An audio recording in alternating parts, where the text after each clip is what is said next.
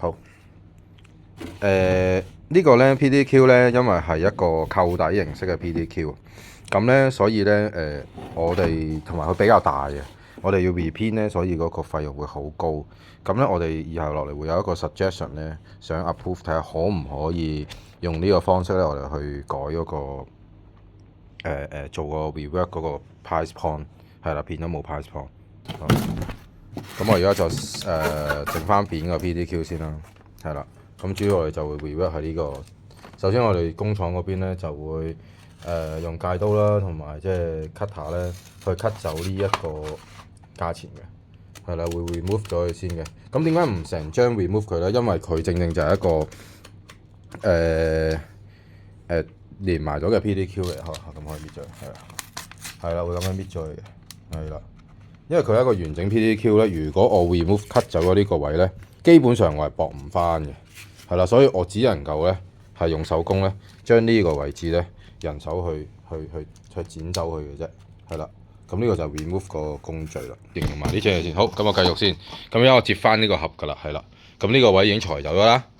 係啦，咁係見唔到個 price point。咁因為我哋就會訂一張咁樣嘅。咁而家呢個暫時用住個即係貼紙遮住個價錢先啦，因為我哋未訂到嗰張嘢。咁呢個就我哋將會訂翻嚟一個冇價錢嘅一個叫做卡板。咁顏色同埋嗰個紙嗰個質素咧係一模一樣嘅。係啦，咁我就將會咧同時就會將佢用熱熔膠啦，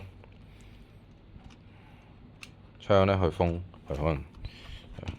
要擠個尾嘅，去擠到真係，可能要係 OK， 黐一黐呢個位置，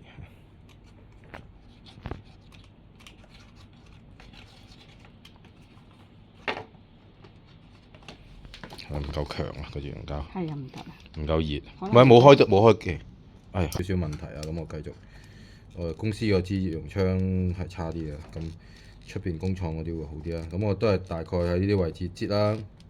咁可能幾點咁啦，咁其實都黐得好實嘅。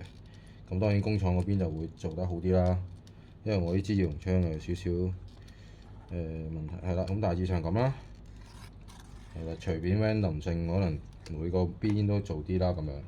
咁跟住咧就將呢個嘢咧直接吸翻落去搖盤嗰個上面，咁壓實佢啦。